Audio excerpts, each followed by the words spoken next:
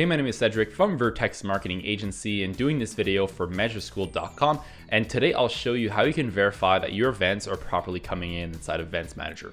So that's actually something that I do every time I start working with a new client, just to make sure that the events that they care about are properly being sent to Events Manager. But you actually might want to go through the process that I'm going to show you today if ever you are, let's say, changing from WordPress to Shopify, or maybe you've made a lot of different changes on your website and you just want to make sure that your current setup and your system is still sending everything properly. So I'm going to show you everything that you need to know to test that and verify it, but I'm also going to go through the diagnosis tab and I'm going to show you how you can get rid of some of those warning messages that you might get inside your ad account. So anyways, I'm going to remove my face and I'm going to share my screen and I'm going to show you how. Okay, so I am now in Events Manager and you can get there by just going to business.facebook.com and you should see a little hamburger menu here called All Tools. Click on it and then it's right here, so Events Manager. So click on that and then you should get a page just like this one. Now what we're gonna do is test all our different events via the browser. So the way we could do that is just by clicking this little button here where it says test events, and let me just make sure everything is clear. Now if we scroll down, there's two different sort of tests I guess that we can make. We can test browser events and we can test server events.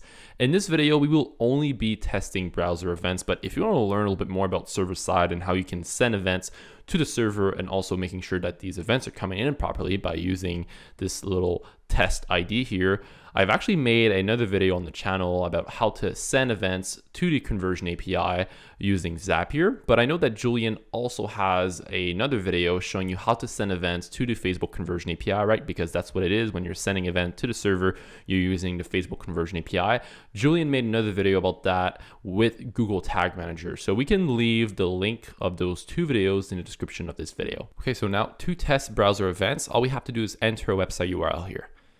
So I'm just going to grab my website URL and clear that one more time and paste it here. And perfect. So the page loaded. So if I go back to Events Manager, I should get a page view event. And perfect. So we're seeing a page view event. So if you're following along and you're not receiving a page view event, well, first of all, I recommend that you use Google Chrome for doing things like this. And if you're using Google Chrome and still you're not getting that page view event, go back to your website and download this Chrome extension here. It's called the Facebook Pixel Helper. We'll leave the link in the description of this video. But the Facebook Pixel Helper will help you tell you if there's an event that was sent to Facebook. So if I open this up here, I can actually see that there was a page view event that was sent. And I can also see that event to what pixel ID it was sent. Because sometimes what I'll notice when I'm not getting a page view event is actually what the client did is that they've set this up, but they're actually using the wrong pixel ID, or they gave me access to the wrong pixel in Events Manager. So make sure that the pixel, if you are seeing a page view event here, make sure that the pixel ID matches the one you have in Events Manager. And the way you can verify that is just by hitting overview here, and then you're going to see the pixel ID here. And it's also in the URL in case you want a different way of accessing it. But going back to test event, make sure that Facebook Pixel is installed properly on the website. And again, the way you can double check that is just by clicking this little Chrome extension here, which will give you the ID and exactly what was the event that was sent to Facebook. Going back to Events Manager here, what I really want to do is go through the entire purchase process and make sure that all the events that I care about are showing up here, but also showing up with no error message. So what I actually did prior to this video is I've tweaked my setup to make sure that I have errors, because I'm gonna show you exactly what it looks like when you have an error and also how to fix them. So as you can probably see, I already have 3 of them here. So we have invalid purchase currency code. So I'm going to show you how to fix that. I'm also going to show you how to fix the purchase value. And this one is really, really common. So this is just giving me a warning saying there's a new domain setting data. So, and I'm pretty confident to say that 99% of you guys watching this video that have been running ads for at least a year have seen this warning here. So I'm going to show you how to fix all that. Now let's go back to our test event tab and I'm going to go through the purchase process. So let's click this t-shirt. Now I will click on add to cart, and I don't have all the events that an e-commerce store would want to track. This is just a demo, but I do have the add to cart and I'm sending that. So if we go back to Events Manager, we can see that we actually sent an add to cart event. Now we can see that what happened is that's right. So that's my home page. Now, when I click the image of the t-shirt, that's a custom event, right? Because someone clicked, I consider that website engagement. And that's, again, a custom event that I've created. You don't need to have this event. Now, the view content, the way I usually structure an e-commerce store is I'll trigger the view content when we're viewing a product. So if we're viewing, we're on a specific product page, then that's when I'll set a view content event.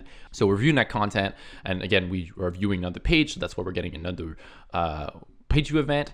And here I click the add to cart button, right? So that's a click, so that sends a website engagement, but the add to cart button also sends an add to cart event. So here we have all the different events, they're all coming in, right? So it's right here, and you can always open them to see exactly what came with the event. So we have the URL, the event ID, the action source, and then we have some advanced matching parameters like the IP address and a new user agent.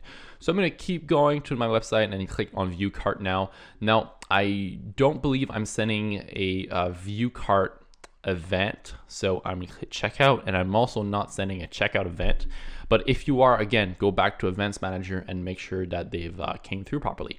So now I'm just gonna put in my information here, and I'm actually gonna try to check out as a guest and scroll down, and I'm gonna hit the Pay Now button. When I hit the Pay Now button, it's gonna, obviously this is a fake credit card and fake information, so it's not gonna be a real purchase, but it's gonna pretend like it's a real one and still send that purchase event to Facebook.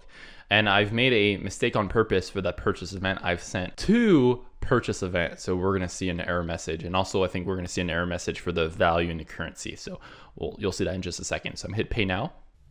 Great, so here we go, a purchase. Let's go back to Events Manager, and we can see that there's a purchase event here, and we can see again that purchase event appeared here. So like I said, I sent it twice because I was actually hoping to trigger something in my diagnostics tab here saying that I have 2 different purchases, but it looks like it did not trigger it. It might actually appear here in a few days. So I'm just gonna delete the duplicated one, but let's go back to test events.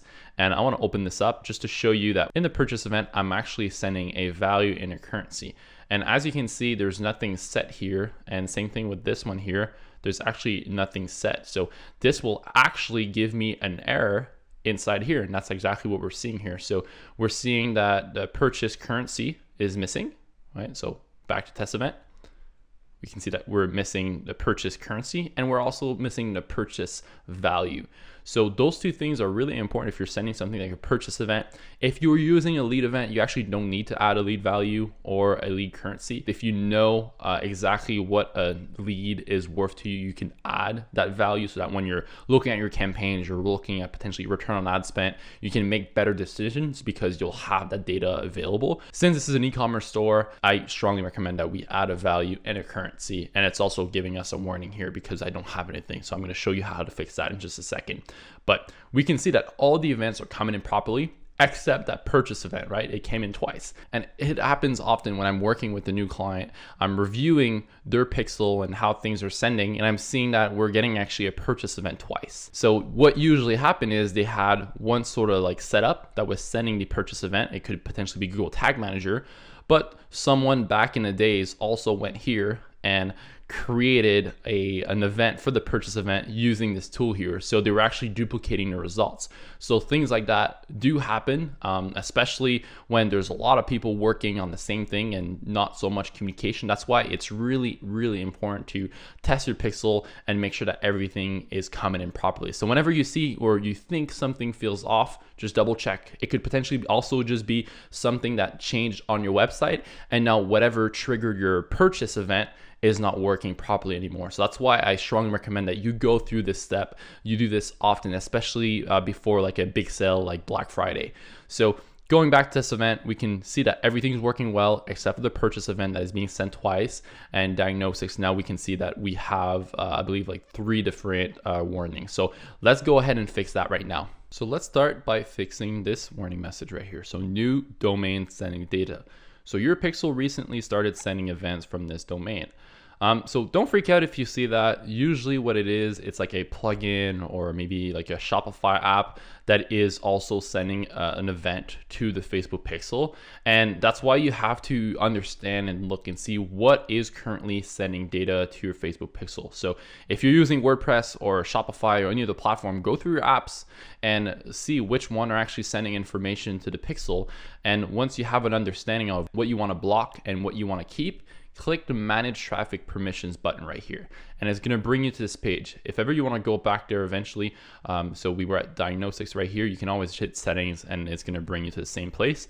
And if we scroll down all the way to the bottom, we're going to see something here that says Traffic Permissions. So what we're doing here is we're going to be creating an allow list, meaning it's only going to accept data coming from specific domains. So if I click on Create Allow List, now I can actually type the domain name right here, or I can actually choose one that is showing me right here. So I'm actually gonna just pick this one here.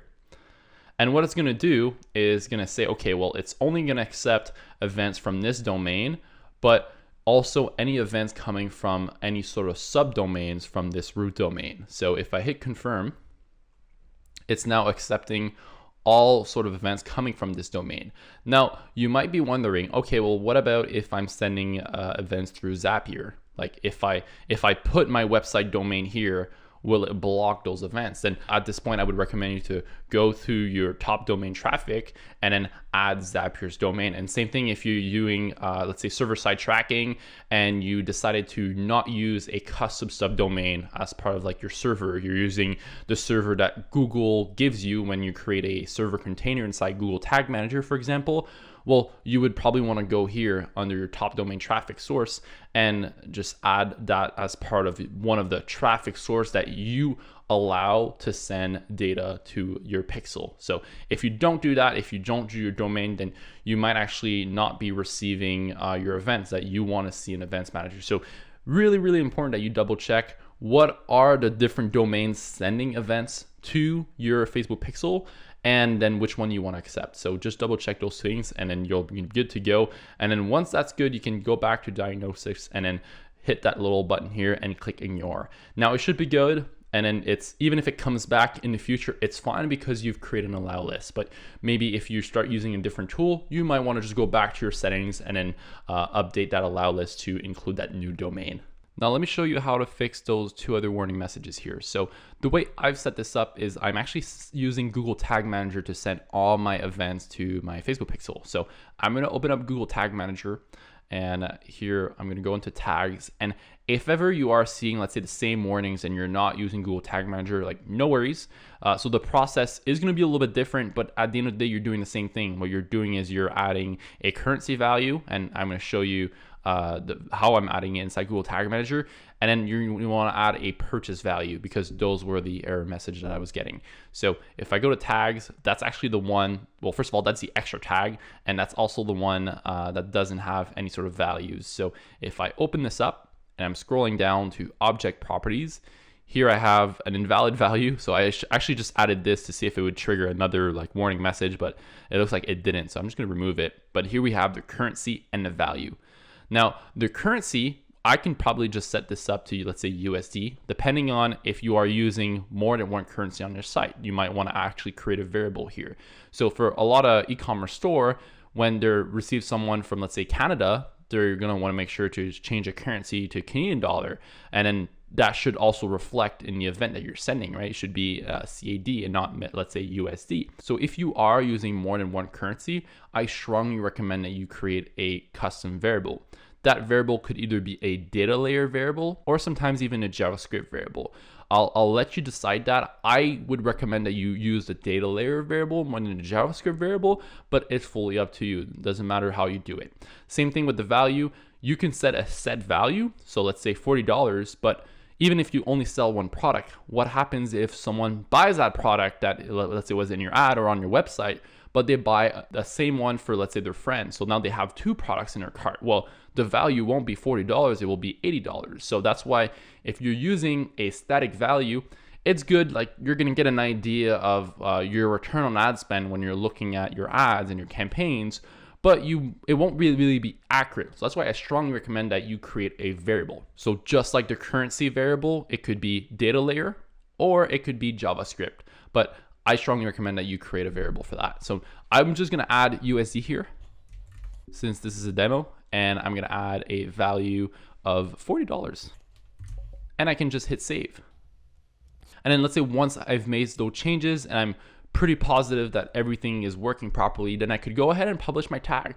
And then what I'll actually do is I'll go through the process again. And I would also make sure that I'm deleting that extra purchase event that I was sending. So I could delete this one so that I only have one purchase event firing when someone makes a purchase. But as soon as you're done your changes, you've made your improvements, go through the purchase process again and make sure that now all the events are coming in. And when they're coming in, it's coming in with a value and a currency and all the different parameters that you potentially want to be sending to Facebook. All right, thanks Cedric for this great information.